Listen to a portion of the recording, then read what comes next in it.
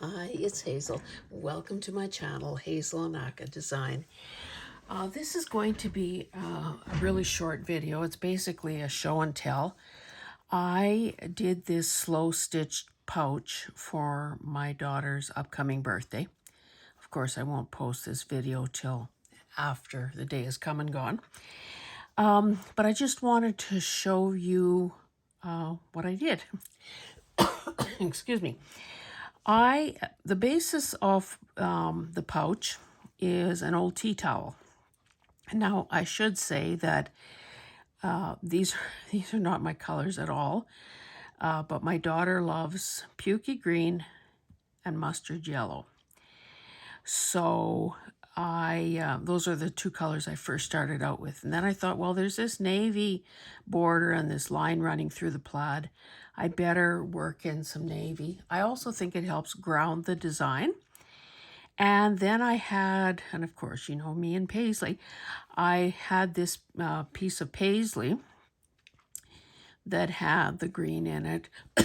Excuse me, the beige that matches the tea towel. And this sort of, I don't know, maroon brick color. And I thought this button was perfect. So basically what I did was go through my stash of fabrics, lace, buttons, and this is what I came up with. So I'll just kind of walk you through it. You can, of course, see the gold and navy lace. This was some quilt type, just a little remnant that I got in an assortment of fabric. I mentioned that this is a bit of cheesecloth that I think I painted green. So I just added that for a bit of texture. This is a salvage edge off some green fabric. I kept my stitches relatively simple. Seed stitch, cantha stitch. I did a few French knots here. And this, is it called a daisy? It's that petal stitch anyway.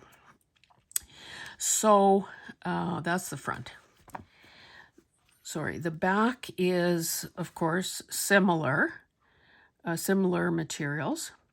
I'd never done a circle before, but I saw how nice it looks when Marnell did it, so I thought I would give it a shot. And there's a better look at the gauze or the cheesecloth. It makes it quite crispy when it is painted. Now, I also have used a blanket stitch at the end, but of course, no project is complete without a faux pas or two, and this project is no exception. So, and I also lined it, and I added a snap. Now, if I would have thought of the snap before I did, no, I couldn't have done that. Oh no, I had to do it like this. I was going to say before I added the lining, but that wouldn't have worked, so that's fine. So it is lined again with more of that pukey green, and that's not, she actually calls it pukey green, so it's not offensive. Anyway, the mistake I made here is I was so caught up in doing this, the sort of the love and attention that goes into it when it's for someone special, and also doing it, at bedtime and whatever, and any moment I could squeeze in. So I did the blanket stitch. The only problem is I did it before it was folded closed, which meant that I had lovely, well, not bad, blanket stitch the whole length of the piece, but it was still wide open. I'm thinking, oh, brother, do I take it apart and waste all that time and effort, or do I just use another stitch of some sort to close it? So that's what I chose to do. And because this and this were both the original hemmed edge off the tea towel. I didn't want to putz around with that, and I wasn't planning to add anything more, so I thought, well, okay, I'm not going to add blanket stitch there or there. So what I ended up doing was just sort of, I don't even know what this is called. It's sort of my go-to stitch, and I just used sewing thread. It might be a blind hem stitch, or something to that effect. And same thing on this side. Now, it had to be a little further from the edge because of this little fringy fraying part, but I hope that, I think she's going to like it, simply because her mama did it for her, and it is her colors. But yeah, that was basically all I wanted to say. So I hope that if you haven't given slow stitching a try, there are certainly many channels, many opportunities out there to learn the basics. In a recent, oh, and I don't think it's here. I haven't done the thrift haul on this yet, but I did find this book. You gotta know a book is gonna enter into it, right? This is a DK book, and you know, they have a kind of a reputation for printing some really sort of educational, instructional kinds of things. A lot of their titles, I think, are directed at children. But anyway, I thought, oh, a step-by-step guide to more than 200 stitches. So I don't think I need 200 stitches, but you know, it's basically, and I guess, you know, maybe I shouldn't gush over it too much, because are these 1 and 2 steps and a couple of pictures enough to actually teach a particular stitch? I don't know. I didn't try to teach myself something I didn't already know. So it could be that maybe it's been dumbed down a little too much.